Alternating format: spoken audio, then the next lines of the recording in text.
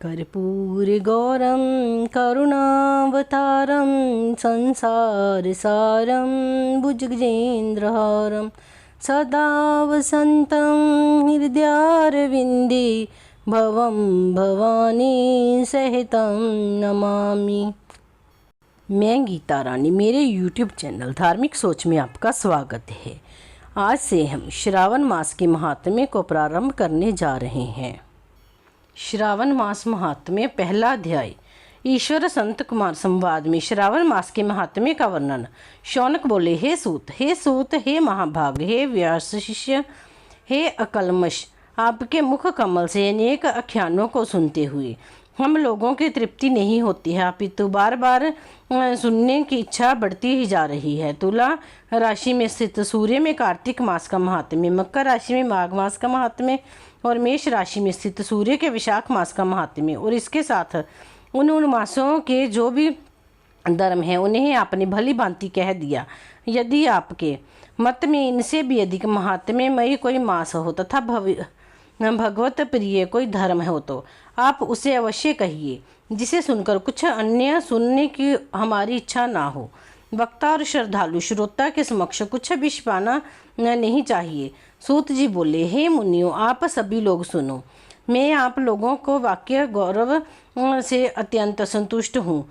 आप लोगों के समक्ष मेरे लिए कुछ भी गोपनीय नहीं है। दंभ रहित होना, आसक्तता, शठता का परित्याग, उत्तम भक्ति, सुनने की इच्छा, विनम्रता, ब्राह्मणों के प्रति भक्ति, परायणता, सुशीलता, मन की स्थिरता, पवित्रता, तपस्विता और अन्य सूया, ये श्रेष्ठता के बारे में गुण बताए गए हैं। ये सभी आप लोगों में विद्यमान है। अतः मैं आप लोगों पर प्रसन्न होकर उस तत्व का वर्णन करता हूँ। एक समय प्रतिभाशाली संत कुमार ने धर्म को जानने की इच्छा से परम भक्ति से युक्त होकर विनम्रता पूर्वक ईश्वर भगवान शिव से पूछा।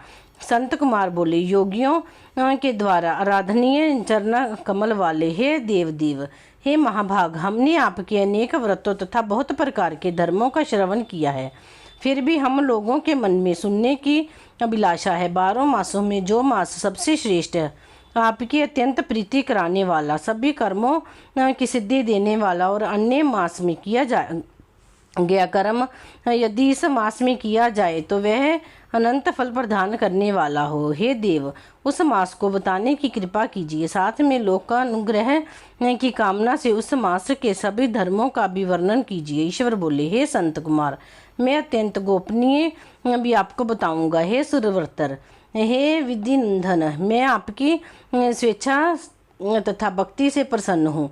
12 मासों में श्रावण मास मुझे अत्यंत प्रिय है, इसका महात्म्य सुनने योग्य है। अतः इसे श्रावण कहा गया है। इस मास में श्रवण नक्षत्र युक्त पूर्णिमा होती है, इस कारण से इसे श्रावण कहा गया है। इसके महात्म्य के श्रवण मात्र से यह सिद्धि प्रदान करने वाला है, इसलिए यह श्रावण संज्ञा वाला है। निर्मलता गुण के कारण यह आकाश के सदृश है, इसीलिए नभा भी कहा गया है। इस श्रावण मास के धर्मों की गणना करने में इस पृथ्वी लोक में कौन समर्थ हो सकता है, जिसके फल का संपूर्ण रूप से वर्णन करने के लिए ब्रह्मा जी 4 मुख वाले हुए, जिसके फल की महिमा को देखने के लिए इंद्र 1000 नक्षत्रों से युक्त हुए और जिसके फल को कहने के लिए शेषनाग 2000 जिह्वाओं से संपन्न हुए। अधिक कहने से क्या प्रयोजन है?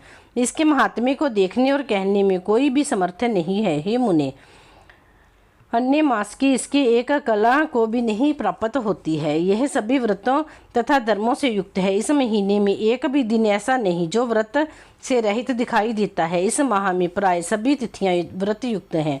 इसके महात्म्य के संदर्भ में मैंने जो कहा है वह केवल प्रशंसा मात्र नहीं है, अतः जिज्ञासाओं, भक्तों और कामना करने वालों, मोक्ष की अभिलाषा रखने वाले और अपने अपने अभीष्ट की आशंका रखने वाले 4 प्रकार के लोग, ब्रह्मचार्य, गृहस्थ, वानप्रस्थ, संन्यास आश्रम वाले को इस श्रावण मास में व्रत अनुष्ठान करना चाहिए।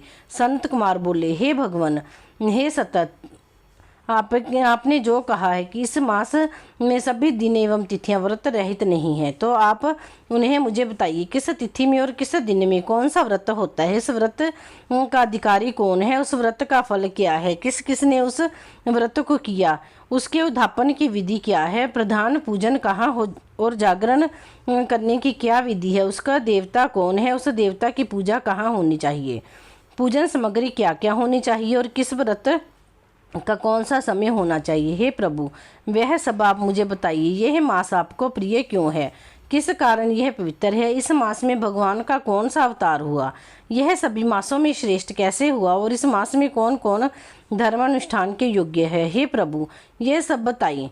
आपके समक्ष मुझे ज्ञानी का प्रश्न करने में कितनी ज्ञान हो सकता है, अतः आप संपूर्ण रूप से बताइए। हे कृपालु, मेरे पूछने के अतिरिक्त भी जो शेष रह गया है उसे भी लोगों के उद्धार के लिए कृपा करके बताइए। रविवार, सोमवार, सोमवार, बुधवार, बृहस्पतिवार, शुक्रवार और शनिवार के दिन जो करना चाहिए, हे विभो, वह सब मुझे बताइए। आप सबके आदि में आविर्भूत हुए हैं, अतः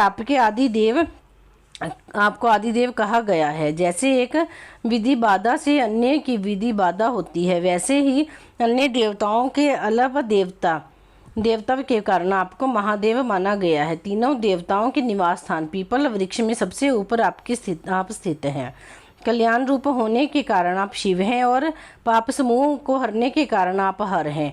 आपके आदि देव होने में आपका शुक्ल वर्ण प्रमाण है, क्योंकि प्रकृति में शुक्ल वर्ण ही प्रधान है, अन्य वर्ण विकृत हैं। आप कर्पूर के समान गौर वर्ण के हैं, अतः आप आदि देव हैं। गणपति के अधिष्ठान रूप 4 दल वाले मूलधार नामक चक्र से, ब्रह्मा जी के अधिष्ठान रूप 6 दल वाले स्थान स्वधिष्ठान नामक चक्र से और विष्णु के अधिष्ठान रूप से 10 दल वाले मणिपुर नामक चक्र से भी ऊपर आप के अधिष्ठित होने के कारण आप ब्रह्मा तथा विष्णु के ऊपर स्थित हैं। यह आपकी प्रधानता को व्यक्त करता है। हे देव, एकमात्र आपकी ही पूजा से पंचायतन पूजा हो जाती है, जो कि दूसरे देवता की पूजा से किसी भी तरह संभव नहीं है। आप स्वयं शिव हैं। आपकी बाईं जांघ पर शक्ति स्वरूपा दुर्गा, दाहिनी जांघ पर गणपति, आपके नेत्र में सूर्य तथा हृदय में भक्तराज भगवान श्री हरि विराजमान है। अन्न में ब्रह्म रूप होने तथा रास के विष्णु रूप होने और आपके उसका भुक्ता होने के कारण हे ईशान, आपके श्रेष्ठत्व में किसे संदेह हो सकता है। सबको विरक्ति की शिक्षा देने हेतु आप शमशान तथा पर्वत पर निवास करते हैं। पुरुष सूतक में उतामृत तव्य शेषाइनो इस मंत्र के द्वारा प्रतिपादन के योग्य हैं। ऐसी महर्षियों ने कहा है, जगत का संहार करने वाले हलाहल को गले में किसने धारण किया, महाप्रलय की काला अग्नि को अपने मस्तक पर किसने धारण करने में कौन समर्थ था, संसार रूप अंधक कूप में पतन के हेतु कामदेव को किसने भस्म किया, आप ऐसे ही कि आपकी महिमा का वर्णन करने में कौन समर्थ है। एक तुच्छ प्राणी में करोड़ों जन्मों में आपके प्रभाव का वर्णन नहीं कर सकता, अतः आप मेरे ऊपर कृपा कर मेरे प्रश्नों को बताइए। इस प्रकार श्री स्कंद पुराण के अंतर्गत ईश्वर संत कुमार संवाद में श्रावण मास महात्म्य में पहला अध्याय पूर्ण हुआ। बोलो श्री शंकर भगवान की जय।